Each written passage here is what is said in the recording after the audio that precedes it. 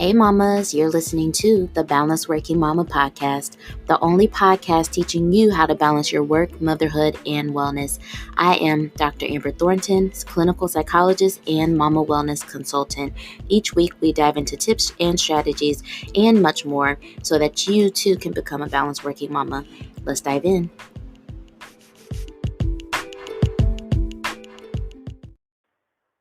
Hey mamas. It's Dr. Amber here. I am checking in from postpartum land. But so glad that you're listening to the Balanced Working Mama podcast. Hope you enjoyed today's episode. We're here for episode 36. Yeah. Wow. Oh my gosh.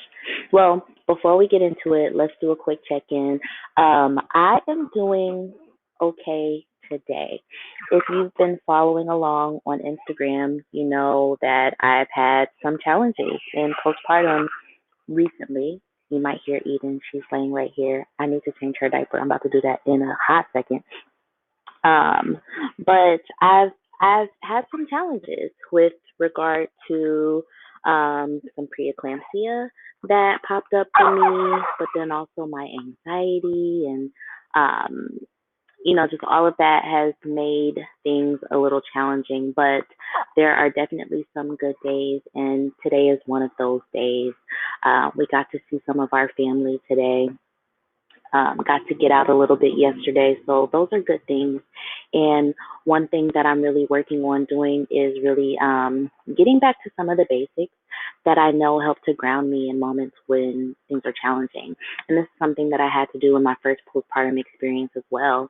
So simple things like a gratitude practice, just really getting back into the habit of consistently writing down 3 things that I'm grateful for at the end of every night, or making sure that I absolutely take a shower every day.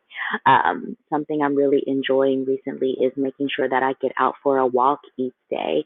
And mind you, I'm still very early in my postpartum, and I also had a C-section. So me getting out to walk is like 5 minutes up and down my driveway when the weather permits.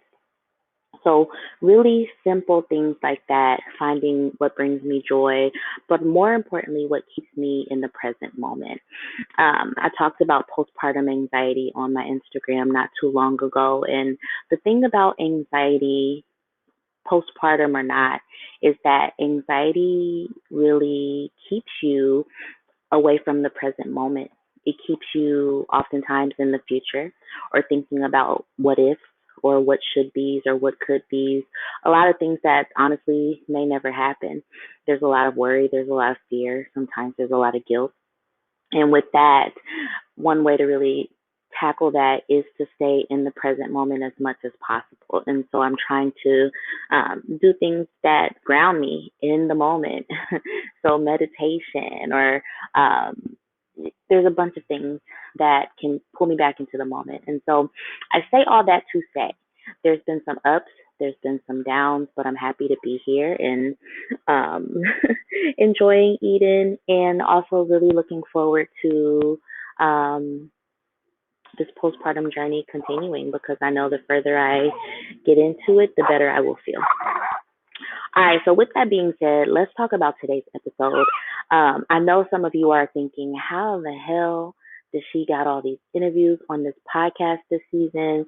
Y'all, I pre-recorded a lot. And so I do have an interview today. I have a special guest, and I love this woman, and I think you're going to really love what she's going to talk about today on the podcast episode.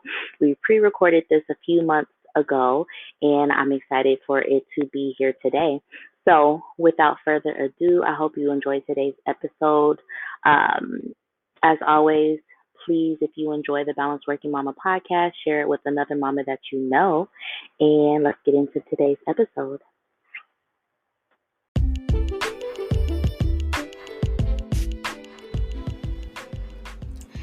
Hey mama, I want to quickly tell you about the Empower Wellness Program. This is a dynamic 6-week group for working mothers who are tired of feeling overwhelmed, fatigued, burdened by mom guilt, but then also just not having enough time for themselves.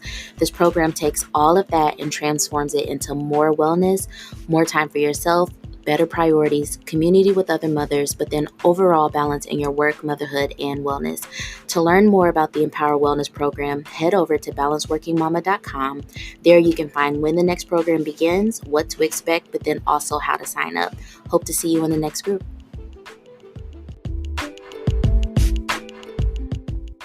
Hey, mamas. So, we have another very special guest today on the podcast.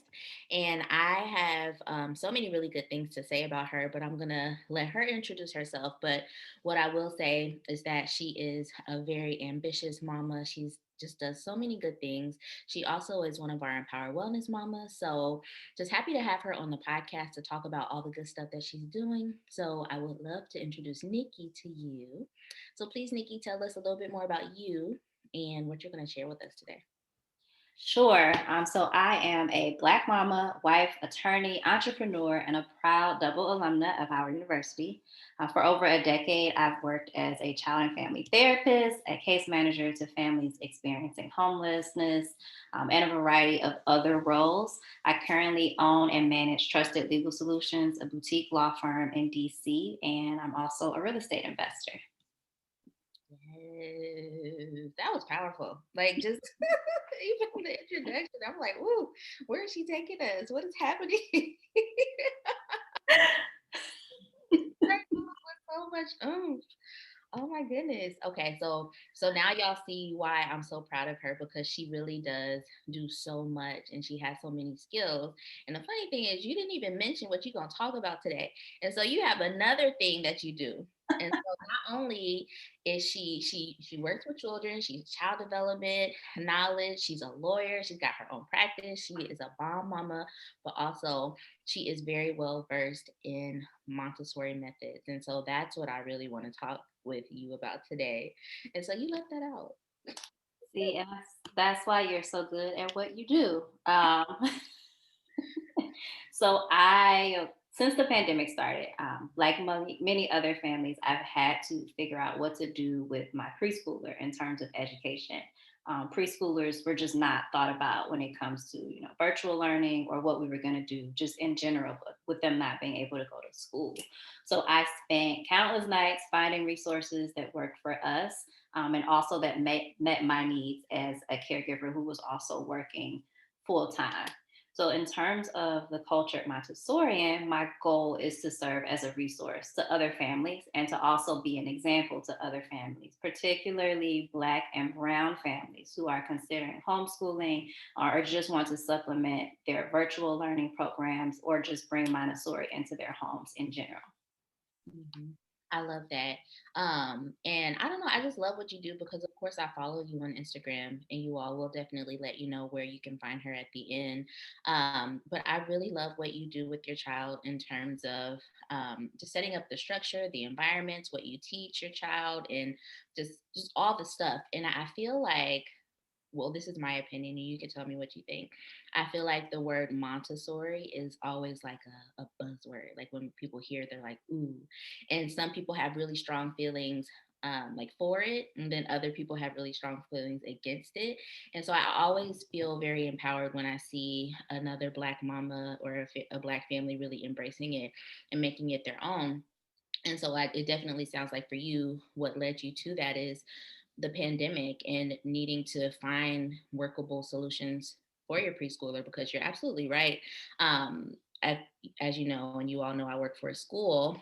Some of our schools do have pre-K, and pre-K virtually is just not uh, it's not it. It really is not. And so I really do feel for like the toddlers and the pre-K kids because I think the pandemic has really been something that's hit them and the families hard. But I wanted to definitely ask you when we hear that word Montessori, what does that even mean? Because I think again it's one of those buzzwords that we hear and some of us have very strong feelings about it or no feelings at all. But I really would love to hear from you. What does it mean and how should we be thinking about that word or that term? Mhm. So one thing is, I think in terms of our communities, and when I say our, I mean Black and Brown, I think we tend to associate Montessori with something that rich white people do. It is very much a luxury and a privilege to be able to put your kid in a Montessori school. I mean, a lot of times we don't really have a real understanding of what that means. um, it's a misconception. The Kavanaugh report, they're a family that does Montessori. They're really popular online, and they have a really nice definition that I like. They kind of summarizes everything, and they say that Montessori started as an educational system, but has become more of a lifestyle. It's become a way to raise children from birth that allows them to blossom at their own pace, discover their own interests, develop deep concentration, and become fiercely independent. This happens through the creation of a prepared environment, respect from an adult, and a focus on following the child. And that, in a nutshell, is Montessori at its core. Dr. Maria Montessori is the founder and creator. She was basically an educator who did all of this research just by observing the children that she worked with. And this is what she came up with, the Montessori method. It's basically just allowing the child to teach themselves by learning from the environment. It means that we as an adult create the environment that's going to nurture that kid's learning and allow them to move at their own pace. It's all about respecting a child's voice, and also teaching about different cultures and how you as a child fits into the world that you're involved in. Mhm. I love that. And I love that you put in that the word, the misconceptions, because I think you're absolutely right. Because when I first heard of the term Montessori, and it was probably even before I became a mom, I think I did have that association of like, oh, this is what rich white people do, and that's not what we do. Right. And I'm learning now that that's not true. And I also think there's this other misconception. And again, this is partly mine too, that I'm trying to unwork. And that's why I'm loving learning from people like you about this is that, for instance, I'm thinking about Montessori schools. I think we hear that a lot. And I think there's people who believe that Montessori schools are basically just schools where you send your kids and your kids are just, it's like a free for all day. Like they get to decide everything that they do. And then it's like, well, what do they learn or how do they learn? And I feel like that's another misconception that I just don't think is true. Right. I mean, it is to an extent. So they do choose what they learn, but the materials through which they do that learning are prepared by an adult. It is still structured, it's just not the structure in the way that we think about education. And I should also say that, that misconception about Montessori in general, that's an American thing. The way we have commercialized Montessori education in the United States is not the way that it's done in other parts of the world. For example, in places like Italy, Montessori it's a public education thing. It's kind of the standard. Their teachers are, stressed out and underpaid, just like our public school teachers are. But here, Montessori is mostly private, and you're looking at paying, at least 20,000 a year just to send your kid to Montessori school. So it's definitely an American thing, and here it is for rich white people. Yep. Yep. Oh, and I love the conversation. It's so layered in culture. Like there's so much about this that is very bound and wound up in the culture that we're living in. Like, of course, we're talking about like very rich white people versus black and brown people, but then also just American culture in general. And I think sometimes it's hard for us to see beyond that because Mhm. it's the dominant culture here. We are American, but it's nice to know that there's a very distinct way that American people do this, and it's not like this everywhere else. Exactly. Yeah, and so that leads me to my next question because I think, and what I love about your Instagram and what you share with us is that there is a difference. Well, not so difference as in there are Montessori schools, but then there are also Montessori principles that any of us can implement into our home. And that's what I wanted to ask you. How do you implement Montessori principles into your home? And how is that different from what we might think of as like a more traditional Montessori school? So I think one of the biggest differences between home and school, at least in my house, is that I don't have the budget for the fancy shelves and all of the Montessori materials. Another thing is that I'm the parent, I'm the mama. I'm not just, the guy that you see when you go to school for 8 hours a day. I'm the person that my kid comes to for comfort and nurturing and love and all of those things. So the way a traditional Montessori guide might be more hands off and the child might be significantly more independent at school, we're not going to get that at home, because when she falls and hurts herself, she's going to cry and, come sit on my lap. Or she can't figure something out and she's frustrated, she's going to come to me for comfort. And as her mama, I'm going to provide that, which is something that you might not get in the exact same way in a Montessori classroom. Some of the things that we do at home is we basically set everything up to foster independence and to support her being successful. So, for example, the things that she might need to access daily to be independent, we have brought them down to her level or added tools to support. So something like washing her hands. She always washes her hands before she eats. So at this stage, she's 3.5. We have a stool in all of the bathrooms and the faucet extender so that the water will reach her hands and she's not having to reach all over the counter. We have a soap dispenser that she can easily press down on her own. Now, when she was younger and she couldn't climb up on the stool safely, hand washing looked more like two bowls on a water resistant pad on the floor so that she could wash her hands on her own that way. So basically, everything in the house is set up so that she can do it by herself and with limited instruction or supervision. Wow. I love that. And it again, it reminds me of what you said, like it's a way to help foster independence in our children and success. And it made me think of things that I'm kind of doing and also things I want to continue to do with my son. Like for instance, we also have the stools, we have the toddler towers in the bathroom and in the kitchen. Love those because otherwise he wouldn't be able to wash his hands by himself. um, Picking up 30 pounds every time. Ooh, He girl, touches ooh, her. No. heavy. So no. So yeah, having those towers have really been helpful with also helping him to brush his teeth and things. It's so funny. My husband just today, it was delivered. My husband bought this mini vacuum cleaner that looks just like ours. And it is so cute. It's literally like a same thing except for little people. And so that's exciting because I'm excited to show him, like, look, this is what you can use if you have a spill, or look, you can help mommy clean. And so I'm guessing that that's probably part of this as well. That's Montessori. That is essentially it, especially for the like 0 to 6 age group. Um, Fundamentally, that's how they learn, by absorbing everything in their environment. And practical life skills is a big part of Montessori for that age range because they naturally want to follow us around and do everything that we're doing. And so this is a great age where you teach them how to do chores so that as they grow older, it doesn't feel like chores. It's just these are the things that we do to keep our home and our environment clean. This is how we have to do it. And you all know I love having my son help me with the dishwasher. Everybody That's says Montessori. and I was going to ask you, like, is that a Montessori principle, like having him help me with that?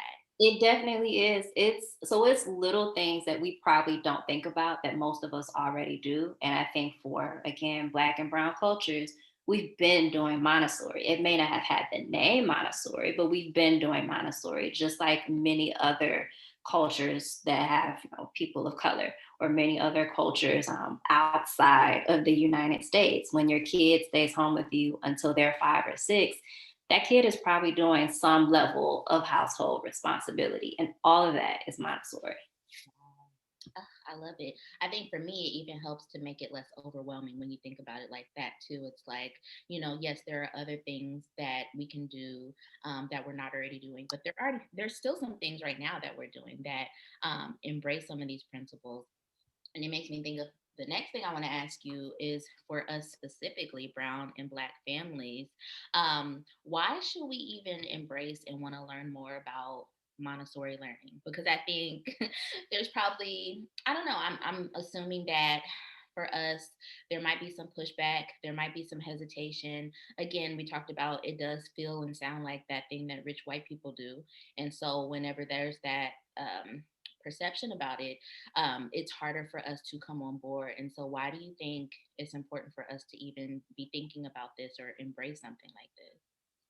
So this is probably, my favorite thing in the whole wide world to talk about. You may have to stop me if I go over your, your timeline. So my background is it's in mental health and child development. I used to work with kids who were abused and neglected.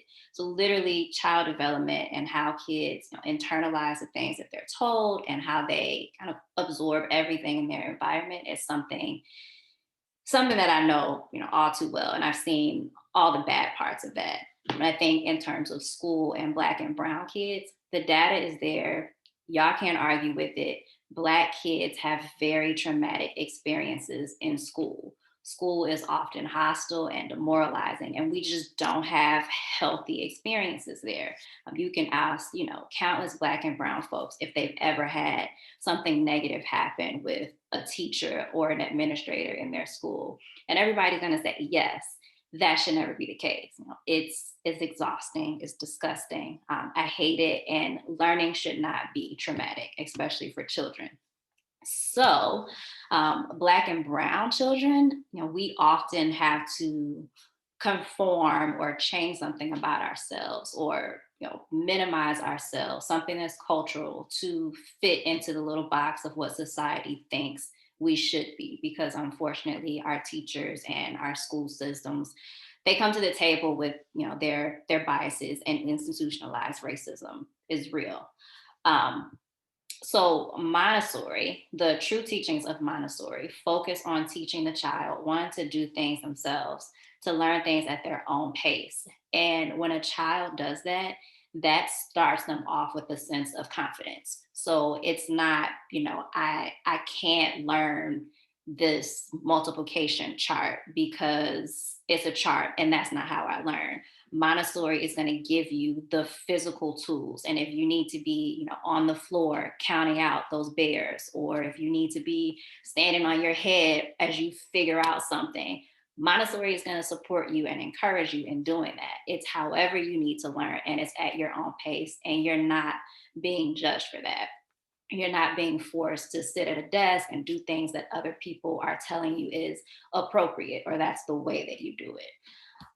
Okay. And so another thing is that Montessori, again, the true teaching of Montessori, like if you go read Maria Montessori's works, which are available, all of her research is, you can Google it and find it for free.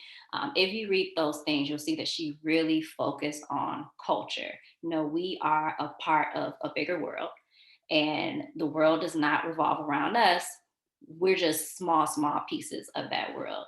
And that means that we respect everybody and everybody's differences. And so, right off the bat, Montessori is coming in and teaching kids that you matter.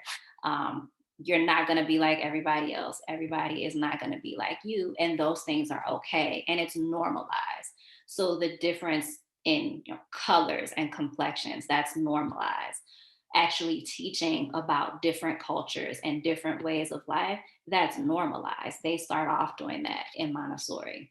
And I think that's really important when you talk about Black and brown kids who are often going into settings where they might be the only, or where they have to be so confident in themselves that they're not going to come home crying because somebody asked them, why is their hair nappy or why is their skin dark?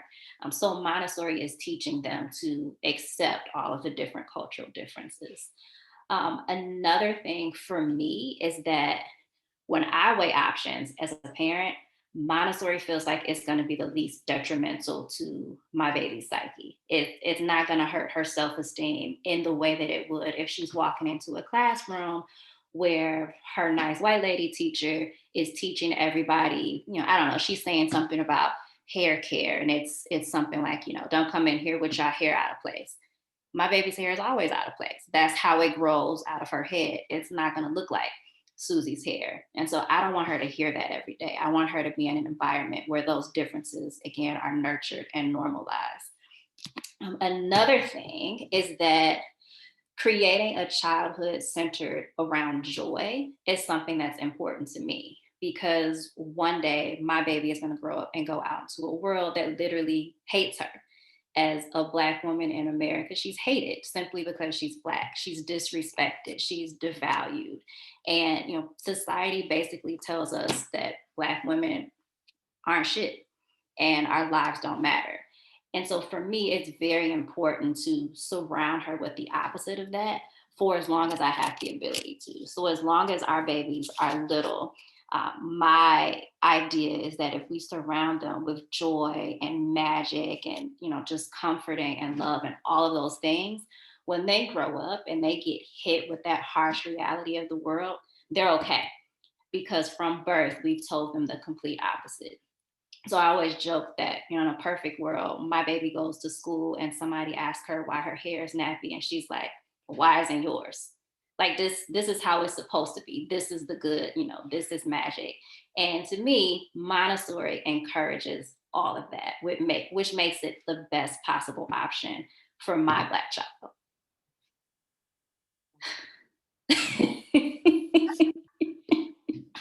Breath afterwards. I love all. I grabbed my pencil and started writing everything you were saying because it's real and it's funny. Like the last part, you were saying joy as the center. That's what I wrote down. And it's funny because, again, when I watch you on Instagram, doing this stuff at the Culture Montessorian, but again, we'll share all those details. It looks like there's so much joy. And honestly, not only for her, but also for you too. It just looks like such a joyful experience that you both are having. And I love watching the videos. I love when you're teaching us something new. I love when you're teaching her something. It really does feel like joy is at the center of what you all are doing. And also, that first part you said, really just instilling the confidence in them. And I think that is something that is so important for our Black and Brown children, because this world has a way of stealing their confidence and stealing their joy and not making them feel empowered, and we don't want that. And so whatever we can do to help them walk into the world feeling confident, feeling sure of themselves, feeling like they've got it, and whatever, they've accepted themselves, I really do think we should do it. And I just appreciate you so much for really helping us to see that a Montessori method and Montessori principles can actually help us do that. Because again, I don't think we think about this like this enough. Mhm. And so it's nice to hear this perspective. But also, like you said, just with the way that Montessori truly is supposed to be done, it really is inclusive and it embraces cultural differences. And it reminded me of, you shared a post not too long ago. I feel like you shared several books so far, and just information about gender identity Mhm. Mhm. in that way, and really teaching your child about gender identity and what that means, and introducing books related to that. And that's just another way to be very inclusive, but also teaching our children that, hey, everybody's different. We all are different. You might be different from someone else and vice versa. And we're going to embrace and accept these. And so I love it and I'm on board. I'm on board. I'm excited for you to start teaching us all these things. It really does make sense. It really does. And some of it, I didn't just wake up one day and say, "Oh, Montessori is the best," for Black kids. I have been literally immersed in this research since last March. So it's been a year of reading everything. And I'll, at some point on the website, there will be, like a list of resources, and I'll make sure to post all of the actual studies that, the sociologists and the educators have done, where they actually are proving, hey, this is how we know Montessori is effective, specifically for Black and Brown kids. And again, I will always say, Black people have been doing Montessori for years, particularly in the 60s and 70s. We went hard for Montessori. In some places like New York, the reason they have Montessori schools or Montessori training facilities are because some Black women were like, "Oh, we need this for our kids. We're bringing it to Harlem, and here you go." So we have literally been doing this work. And it's funny because honestly, if you dig into all types of history about anything, you'll probably see some Black women being like, Black. we a part of this, and again, that history gets lost. And so again, I just appreciate you for really immersing yourself in the history of this to really teach us a different way to think about it, because I think it's so important. And so I know that there's a mama who's probably listening and she's like, oh, this sounds amazing. I really want to do it. I just don't know if I can. Or she might feel overwhelmed by it all. Because to be honest, I feel a little overwhelmed. You know, it's like, Mhm. oh, I want to do this. You know, I'm sold on how this is for my Black children. And I see the benefit, and but I'm also a little worried about, well, what do I have to do? How can I start, or whatever? And Mhm. so, if there is a mama listening who wants to start this but just not sure where or how, maybe give us 3 tips for how she might start to embrace more Montessori principles at home for her children. Sure. So my knowledge right now is limited to the 0 to 6 range. I don't have the capacity to go past 6 right now. I have a couple years before I get there, so I'm gonna take my time. And after you hit 6 years old, it's a different plane of development. So the child's needs have changed at that point. So what's needed is going to be different once you're past 6. So for 0 to 6 year olds, it's all about practical life experiences. And those are the easiest things to implement first. So the first thing I would say is start making your home accessible so that they can do things themselves. And that's again, putting the faucet extender on. And that's like a $5 thing you can buy from Amazon. Getting a stool. You can get, I think, $10 stools from IKEA or Target. It does not have to be expensive. If you are trying to really get them involved and you really like take the leap, you can start having them help with household responsibilities, preparing food, cleaning, whatever else it is that you do in your home.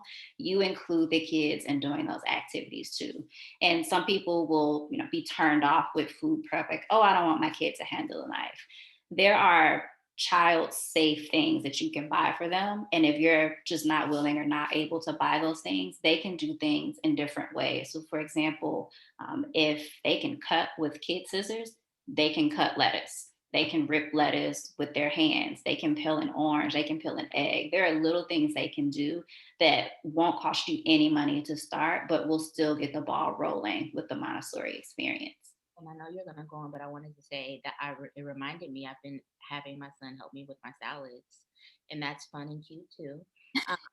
But you made me think of how I can kind of up it a bit, because what I usually do is chop all the vegetables and then have him place it in the bowl, which is a good start. But Mhm. even with like the spinach, instead of me chopping it, I can teach him how to tear it or Yep. rip. And so again, I love that because it's like, yeah, practical life experiences and just grounding it in that is just, I love that. Yeah. And I think so that was two. And lastly, I would say take inventory of your own expectations and limitations as an adult. So, for example, yes, my 3-year-old is doing her own laundry, but I don't expect her to fold the pajamas as neatly as I would. I expect her to do what I showed her to do in the way that she's able based on her motor skills. So that means that I can't do a fancy, sock fold. I can't do a fancy shirt fold because she doesn't have the literal physical ability to do it in the same way. And so what I might do for that is I'll leave her little ugly piles of clothes that aren't as neat or aren't as straight on the shelf because she's proud of them and she worked towards them. And so every day that she sees her little raggedy stack of pajamas, she knows, I did this. And she even perks up. She's proud of it. And so that's something that I think we have to remind ourselves of. Their work product is not going to look like ours. It is a slow progression. But here we are, a year into my 3-year-old doing her laundry. So she started folding around 2, and every week she learned a new skill. Her pajama stack looks like mine now. She can get things on the shelf on her own. She can open and close the drawer. So as they grow and develop, they're still carrying all the things that we taught them. And so if we just control what we expect and control our limitations in terms of, realizing it's things that we don't want them to do, but we know they need to do. The best example I have is the stove.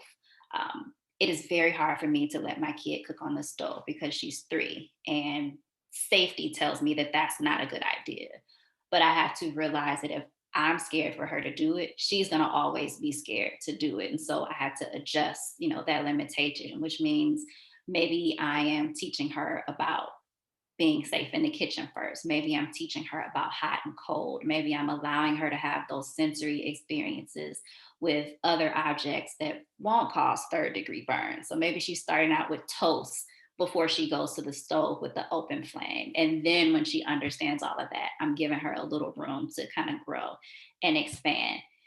Everybody has access to food in their house. Everybody has access to water. At least I hope we all do.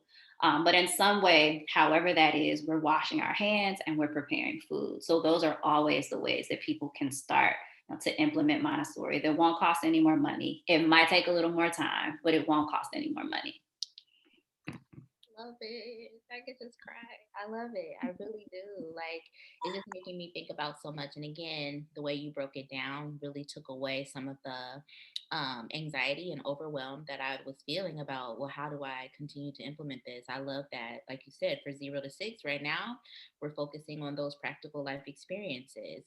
Think about making your home more accessible, but then also really adjusting your expectations.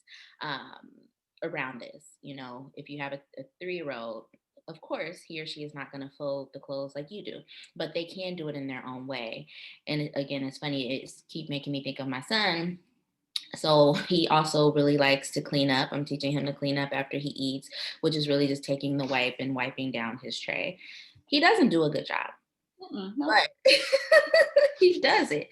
And so one thing I realized I was doing the other day is I let him do it, and then I would like go over it and he would see me do it. And one thing that is making me think is if I'm going to go over it behind him, I'm going to do it when he doesn't see me. I don't want to do that in front of him because I don't want him to see like, oh, I didn't do a really good job, or mommy has to do it after me, or, something like that. And so I'm going to really try to think about that, because I think that's me having to be more, just adjust my expectations a little bit. I want to prioritize him feeling confident and successful in simply wiping down his own area. And I don't want to just go behind him and do it like his job wasn't. So yeah, I love that.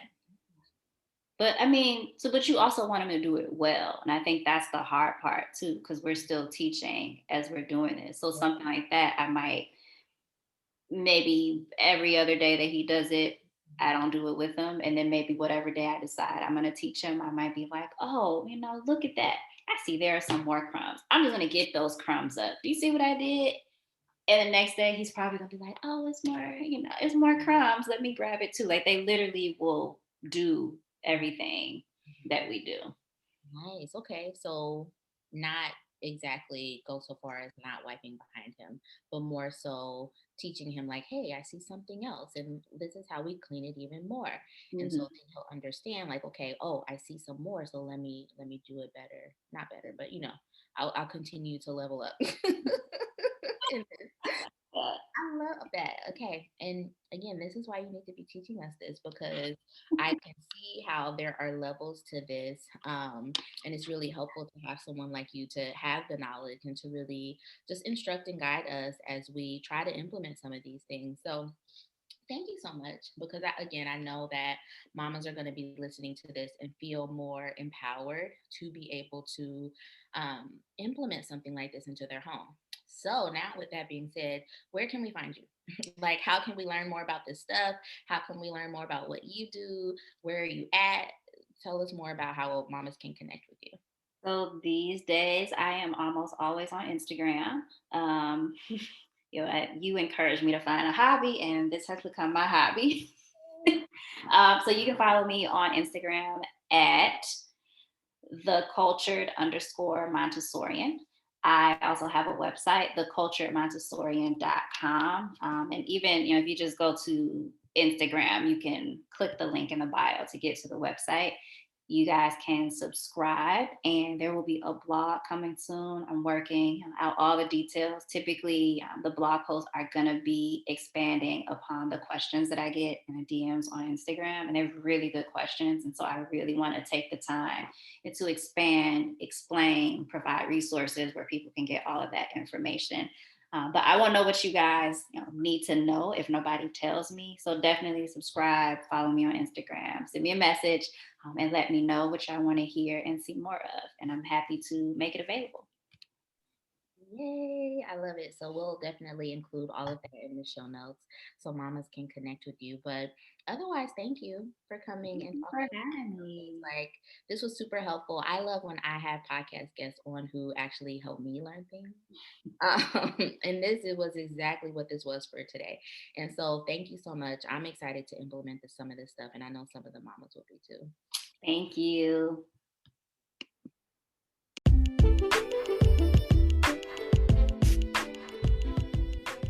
Hey mama, Balanced Working Mama is growing. I want to make sure that you stay connected and up to date with everything happening over here. So you don't miss any of the good stuff, head over to balanceworkingmama.com, sign up for the newsletter. You'll always be the first to learn of any new podcast episodes, events, programs, and you'll get a hello from me every now and then. So sign up today, mama, because I want to connect with you soon.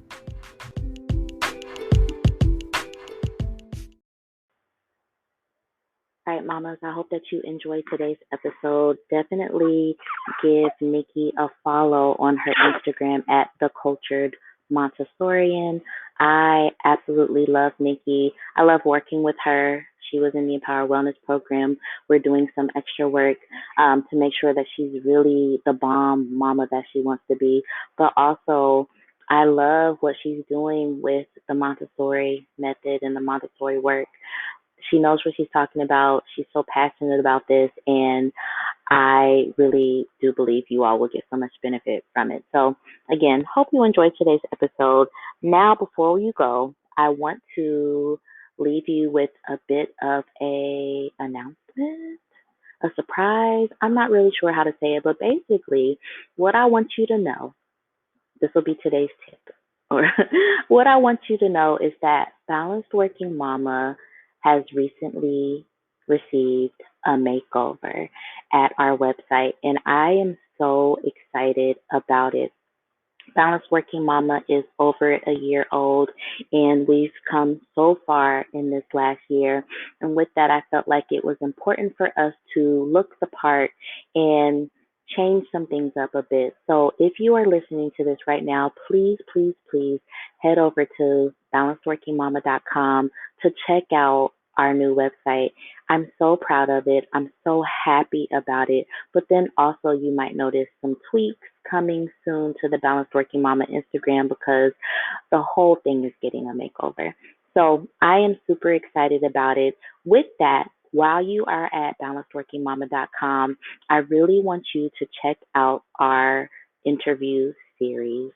Starting this week, we will be we will be highlighting several mamas for the next few weeks who are phenomenal, who are powerful, who are empowering, who are uplifting on our website each week for the month of May and June. And I really want you to check it out. So we should have our first mama up there right now. Please go read about her story, read about why she is so encouraging and so uplifting, so empowering.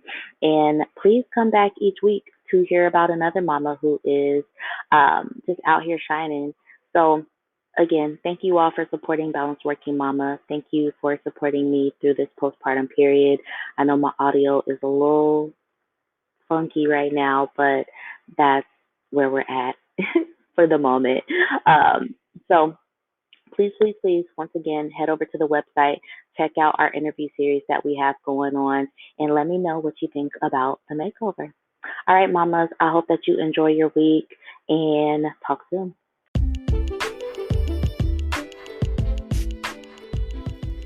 Hey mama, thank you for listening to the Balanced Working Mama podcast.